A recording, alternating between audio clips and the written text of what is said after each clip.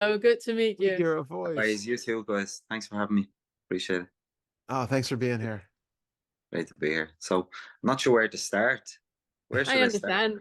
You and I have been writing back and forth Yeah, on Discord. It started this morning. Um, so for everybody who hasn't been on Discord and who hasn't read, you can just start from sure. there. Yeah, sure.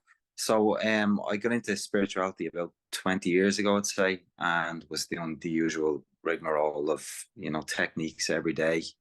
Um, Waiting for the next technique to come. Things get better when you do the next technique, and so on and so forth. Um, and like I said, that went on for 20 years, and that was very deeply ingrained in me. And then I had an experience. I'm not sure whether people would be familiar with this, but I met someone. Apparently, it was a twin flame experience. So I met this person about 2.5 years ago or so now, and the experience I had, I can only describe as like, it was like otherworldly.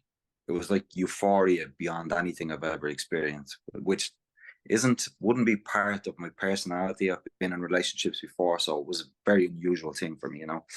And yeah, we had this experience. We got together really, really quickly, um, and every time we planned for the future and tried to actually, settle into a relationship and be together, um, something would happen where the energy between us would just get chaotic, Mm. because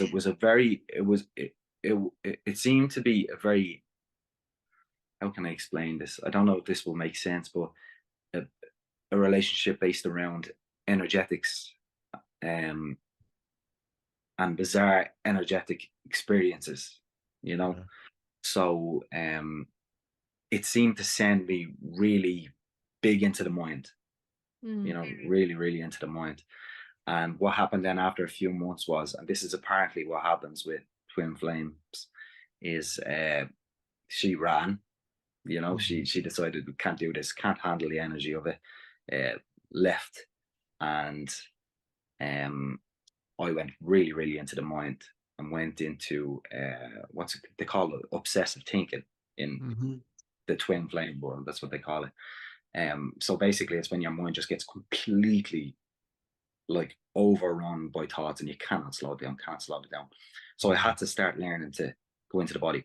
So that's where my search for the non-dual thing came about, and eventually came across a course in that, in the twin flame thing, and trying to unravel that and bring peace back into my life. And what they basically taught was non-dual. I did that for a few months, but then found you guys, found Angelo as well. First, I watched a good few of his videos, and I started really getting into it deeper and deeper. Mm. So that's how I ended up here. Now, Oh, that's still to this day, I don't know.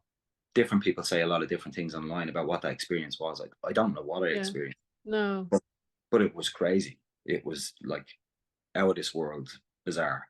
You know, just the energy of it was just madness. But it seemed to be some sort of awakening, and awakening to this experience now. yeah. Yeah. So, I've been watching some of the Feather videos, and like I said, I just recently started on them again and Yeah. having some experiences. But I think in many ways, maybe it happened differently with me that most people. Well, I don't know what way it happens with everybody, but with me, it was kind of like I had the experience of what I think was kind of a non-dual experience when I was with the person, Mm. when I was in the person's company, Yeah. and then went searching for it because I couldn't find Yeah. that within Yeah. myself. You know what I mean? Yeah. Yeah. Yeah, absolutely. Yeah. Yeah. Yep. I had to look up twin flames. So I didn't know what it was, and I don't obviously know if what I read was what you think it is, but I understood it as twin flames is when two souls are being split up into two people, and those two people find together. So there's a feeling of connectedness. That's right. Yeah. That's what they say. Um, I don't believe in the soul. The Uh, soul. Yeah, I don't believe in Right. a soul because if there's no I, there's no soul. So I Yes. really don't want to be the one that pulls that rug. No, But I that's find okay. it difficult. I find it difficult to talk about if I don't make that clear from the beginning. That Yeah. if there's no I, if all this is causes and conditions, and it's brain chemistry and hormones, endocrinology, and it's basic survival mechanisms that are kicking in all the time, then that is how this meat suit is navigating the world. There's Mm, not a Pernille here. There's not an individual person here. mm. And if that is the case, obviously there can't be a soul. I see what you're saying, yeah, because the way they described it was you had consciousness, and then Yeah, off of that you had souls, yeah, and and that's how they split. And that doesn't yeah, sound, Yep. yeah, that doesn't make yeah, sense to yeah, what you guys do. and in that, it's what we are dissolving in the eighth feather. That in the first feather we talk about that there is no I, that we look into that there's no one here. In the eighth feather we look into, but if there's no I, there can't be consciousness either. There can't be an I in a consciousness, because that still puts somebody in the center. And in like the video I posted on yesterday, where you unpin that whatever Yes, you perceive yeah, as center being, I am here in the center, and I look out that way and that way and that way. That is unpinned. And if that is unpinned, it's unpinned in everything, which means that it's also unpinned in the whole universe revolving around me. mm-hmm. Okay. So when you say you don't believe in consciousness, what I do you, don't believe, yeah, I don't believe in an I having a conscious experience. okay, So what with the way that I perceive the world or whatever, it seems yeah, to me that you have met someone that you had an amazing chemistry with, that she would say something and you would understand it even before she had finished the sentence. You would yeah, exactly know what she talked about. And in my optic, the way that I understand it is that you have met somebody that has um, a similar background, a similar survival mechanism, a similar psychology and perception, similar hurdles in her life that she has perceived in the same way as you. So maybe not that yeah. one-to-one childhood this experiences, but the way that the experiences was perceived was similar. Like Todd Okay. and I, we're very, very different. We come from very, very different backgrounds, but the way we have perceived things and the way we have managed those hurdles with our psychology has been very similar, which means that we're messy the same way because we are acting the same way, because we're similar in that sense. Yeah, I mean, she looked up when she was looking up what twin flames were. She was reading the description. She's like it sounds like us if we believed in souls. Like Yeah. there's such Yeah. similarity to that kind of. I mean, I don't know if you've heard of our backstory, but I mean, it's very similar thing of this very brief meeting essentially, and I mean, we were married after Yeah. we met 2 for the days. first no. I mean, we were physically met for the first time in April, and we were married by the end of December. So it was like Mm, that sort of a thing where it has always felt from the time that we met as just like, okay, that's it. That's, this is, it didn't have that Introduction period, and yeah, it didn't have any of that. We just knew one another right away. But and- but instead of believing in a soul, because that is a belief, then it's mm-hmm. more looking into, okay, in the direct experience, what is it that is actually happening? And there is a similarity happening in our direct experience, that if something falls to the floor, we both react the same way. If I take my glasses and put them somewhere, I will put them exactly where Todd is going to put his glasses, which means that we're messy the same way. So Yeah. it's more that psychologically and um survival mechanisms and everything are similar.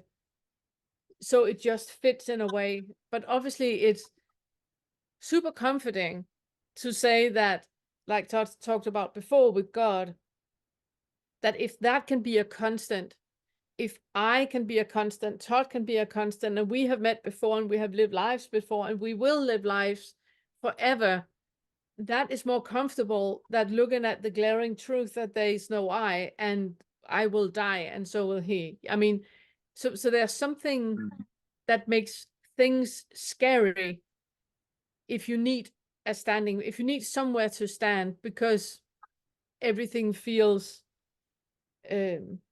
shaky. If you Kind of need, makes sense to me. Yeah, so like it could be like a build-up of an identity in order to feel. yes, to feel some kind of persistence, Yeah. because then life feels safe. And Mm, if life in general feels unsafe, if you need in general reassurance, then meeting another person that is like a mirror, in the good way, then that is, oh, now I can relax. yeah, that makes But sense. it just means that there's still work to do, because you can never be unsafe. There is no one to be unsafe. There's nothing that can happen that is uncomfortable, because that would mean that you had an expectation and had predicted something to have to happen in a certain way. That is why we feel uncomfortable. Where if we're just in that open space, whatever is occurring in front of me right now, it's fine, because it's just occurring. I have no hooks into things being in a certain way. Yeah, Does that that makes make sense. sense? Yeah, Yeah. yeah, it does. Yeah, yeah. Which means that the woman that you felt so close with, you had an amazing experience. And Mm. in that snapshot of a moment, everything was perfect. But if you look in this snapshot of this moment right now, if you do not add any thought to it, nothing is missing. She's not missing. There's nothing Yeah, that needs to be different in this moment right now. It's only if you add a thought to it that things could be different and things could be better. and that's what it's about, really. I suppose the experiences bring me back there. I know that. I know Yes. that. That's it to push me into that. Yes. Yeah, yeah, I Yeah. do know. Yeah. Yeah, so I suppose what I was going to say was is it possible then for thousands of people to have that similar experience? And I know you don't know too much about it, but about these stages and runner chaser stages and all these similarities, is it possible for so many people to have that experience and for it still not to be a thing? But I suppose at the end of the day, it doesn't matter. Well, yeah, that's Yeah, it the thing. doesn't matter. Exactly. I think, you know, I came from a similar-ish background of having these various beliefs throughout my life that were very comforting and also very destabilizing in ways, alternatingly. And going through those ideas of, the soul families that reincarnate over and over together, and, all of these different beliefs that seemed very comforting. Mm.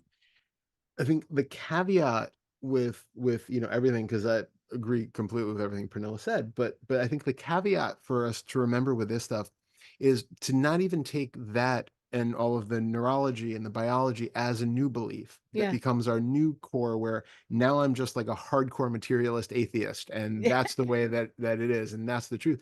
That locks us into yet another box. Another belief. And Yeah. so, yes, we have patterns where, there are thousands of children who relate remembering past lives, and there are thousands of people who talk about these twin flame type stories, and there are thousands of people who have had near death experiences that are very similar, and there are thousands of people who, talk to God and angels and all of that, and thousands of people who Yeah, do demonology, and like there are thousands of people who believe pretty much everything that is, cognitively believable, right? Like it's not to say that there aren't experiences that are real, but the definition of those experiences, where we start to lock into, I know why the world works the way it does. Mm. I know why our experience is the way it is and your experience is the way it is, and all that, because I have created this definition now. That's a problem. In terms of this stuff, it can be very comforting if you want to, like, really live your life from that place all the time for the rest of your life, that might be okay, right? But like Pernilla was saying, the issue is that if we have any sort of crack in that foundation of belief, Yeah. then all of a sudden we are thrown into, you know, the Existential, despair, right? Yeah. existential crisis of, But where you have good, you have bad. So it's a duality, Yeah. isn't it? yeah, Yeah. exactly. Yeah, So if get you that. really want to Yeah. get down to just the bare bones of experience, where you can just be content without knowing any of this thing Mhm. for sure, without having a clear definition, then Yeah. all of the biology and all of that is a great antidote to the metaphysical, but it's not a place to land either. No, You know, no, nothing I said yeah, was true. yeah, Nothing I said was true. It can't be, because I don't know everything. I can say what makes sense right now, but I could be utter wrong. Twin souls could be a thing. I just don't know. We don't Mm. know that.